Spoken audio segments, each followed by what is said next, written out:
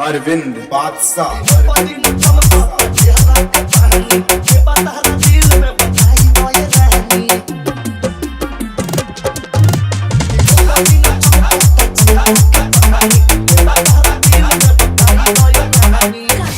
Star superstar सब आपके दीवाने हैं, तो आप क्या कहना चाहेंगे? अरे दीवाने हैं तभी तो हम चर्चे में हैं, लेकिन मैं उनको अपने काबिल नहीं समझती। अच्छा,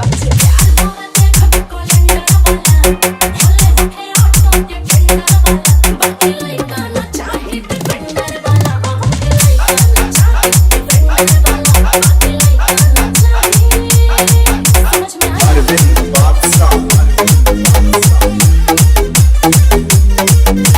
बिहरा कांडा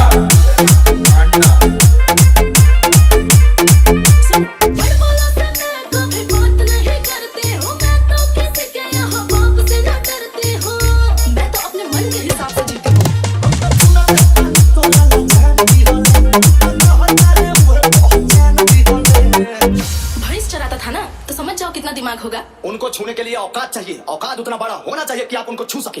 लोमड़ी के हाथ जब अंगूर नहीं लगता है ना, तो बोलता है कि अंगूर खट्टे हैं। तो अपना ही पसंद बता दीजिए।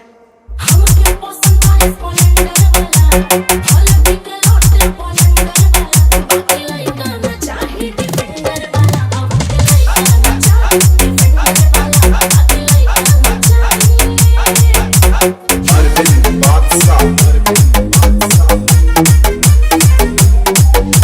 बिहरा कांडा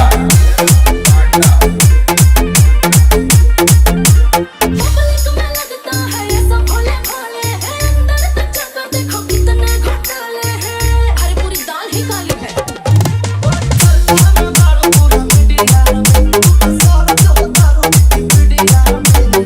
अच्छा एक बात बताइए, आप डिफेंडर से उतर के ऑटो में काहे बैठ गए जी? बहुत तकलीफ हो रहा है उनको।